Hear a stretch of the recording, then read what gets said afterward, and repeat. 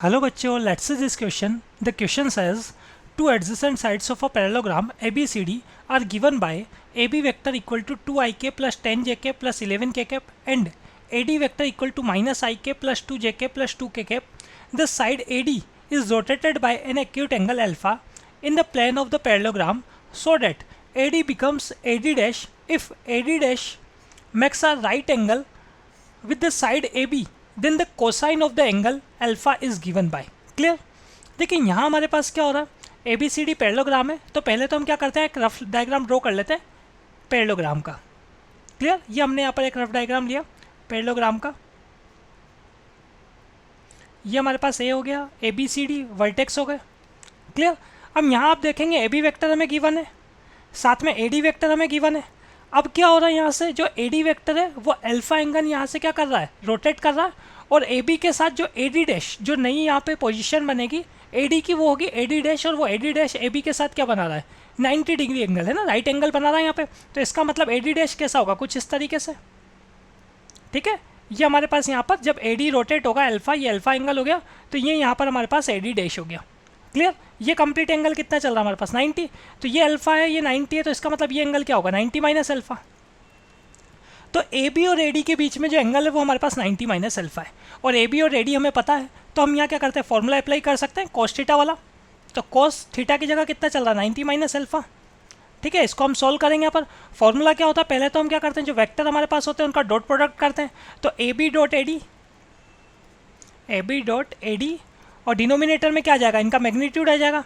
AB vector का भी magnitude आ जाएगा और AD वेक्टर का भी क्या आ जाएगा, मैग्नीट्यूड आ जाएगा हमारे पास. ठीक है. इसे सॉल्व कर लेते हैं हम यहाँ पर. तो हमारे पास ये cos 90 minus alpha sine alpha हो जाएगा. RHS में बात करें AB डॉट AD अगर हम करेंगे तो सबसे पहले 2 इंटू -1 आएगा.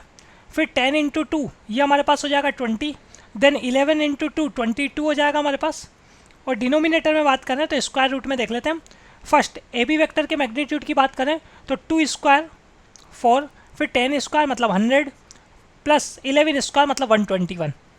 और नेक्स्ट हमारे पास इसके साथ जो मल्टीप्लाई होगा वो है मैग्नीट्यूड ऑफ AD वेक्टर. तो AD वेक्टर का मैग्नीट्यूड क्या बनेगा, देखें आप, -1 का स्क्वायर मतलब +1, फिर 2 का स्क्वायर होगा 4, अगेन 2 का स्क्वायर 4 होगा हमारे पास. क्लियर. तो यहाँ से हमारे पास साइन अल्फा की वैल्यू आ जाएगी. साइन अल्फा बन रहा है, देखें न्यूमरेटर में बात करें हम तो 20 और 22, तो ये हो गया हमारे पास 42. क्लियर. और 42 में से -1 करेंगे तो 43 आ जाएगा हमारे पास. क्लियर. ये हमने क्या किया था, यहाँ पर डॉट प्रोडक्ट किया था. डिनोमिनेटर में बात करें तो डिनोमिनेटर अगर मैं सॉल्व करूँगा तो सबसे पहले हमारे पास एक तो आ रहा है 100 के साथ 121 ऐड हो रहा है, तो 221 के साथ 4, 225 का स्क्वायर रूट मतलब 15. और साथ में हमारे पास 4 + 1 मतलब 9 का स्क्वायर रूट करेंगे तो कितना आ जाएगा, 9 का स्क्वायर रूट करेंगे तो हमारे पास आ जाएगा यहाँ पर 3. क्लियर. और देखिए यहाँ अगर हम बात करें, ये जो हम डॉट प्रोडक्ट सॉल्व कर रहे थे तो सबसे पहले 2 इंटू -1 सॉल्व हुआ था, तो यहाँ -2 बन रहा ही है. क्लियर. और -2 बन रहा है तो 20 और 22 42 -2 मतलब ये 40 रहेगा हमारे पास. यहाँ पे कितना आएगा हमारे पास, 40 आएगा. क्लियर. अब इसको अगर मैं सॉल्व करता हूँ तो साइन अल्फा की वैल्यू देख लेते हैं कितनी बनेगी हमारे पास. 5 से कैंसिल हो जाएगा 40 और 15, तो 40 कैंसिल होगा तो हमारे पास आ जाएगा न्यूमरेटर में तो 8 और डिनोमिनेटर में आ जाएगा हमारे पास 3 इंटू 3 9 हो जाएगा. ये साइन अल्फा आ गया. हमें क्या फाइंड करना है, cosine of the angle alpha मतलब कोस अल्फा फाइंड करना है. क्लियर. तो रिजल्ट जानते हैं हम, sine square alpha plus cos square alpha always equal to 1. हमें कोस अल्फा फाइंड करना. कोस अल्फा की वैल्यू क्या होगी, cos alpha equal to square root 1 minus sine square alpha. तो 1 माइनस साइन स्क्वायर करूँगा मैं तो 64/81 ये हो जाएगा हमारे पास. इसको और सॉल्व कर लेते हैं हम. तो स्क्वायर रूट के अंदर 81 माइनस 64 17 डिवाइडेड बाई 81, तो ये वैल्यू आ रही है स्क्वायर रूट 17/9.